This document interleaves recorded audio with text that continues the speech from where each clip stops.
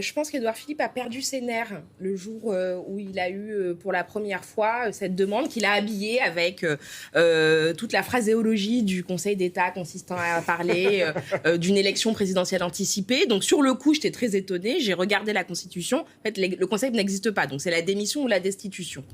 Pourquoi est-ce que je suis radicalement opposée à cette idée de mandat présidentiel raccourci ? Lui dit il faut laisser le temps à la campagne de se faire, bien l'organiser, la planifier avec un départ volontaire du président une fois que la France aura un budget. Et donc donner, au fond, une perspective, un horizon pour pouvoir retourner aux urnes dignement, dit-il. Et pendant ce temps-là, on laissera Donald Trump, on laissera Volodymyr Zelensky, on laissera Benyamin Netanyahou rouler sur la souveraineté française, en fait.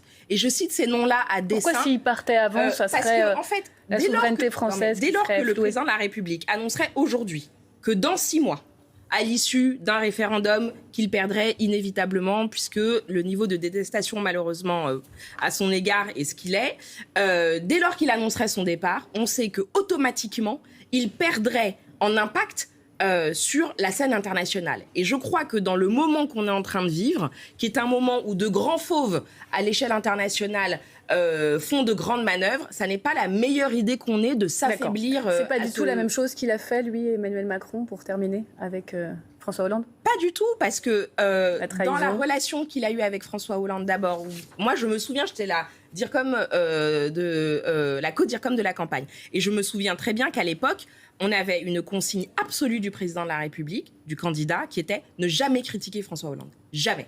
Jamais d'attaque sur lui.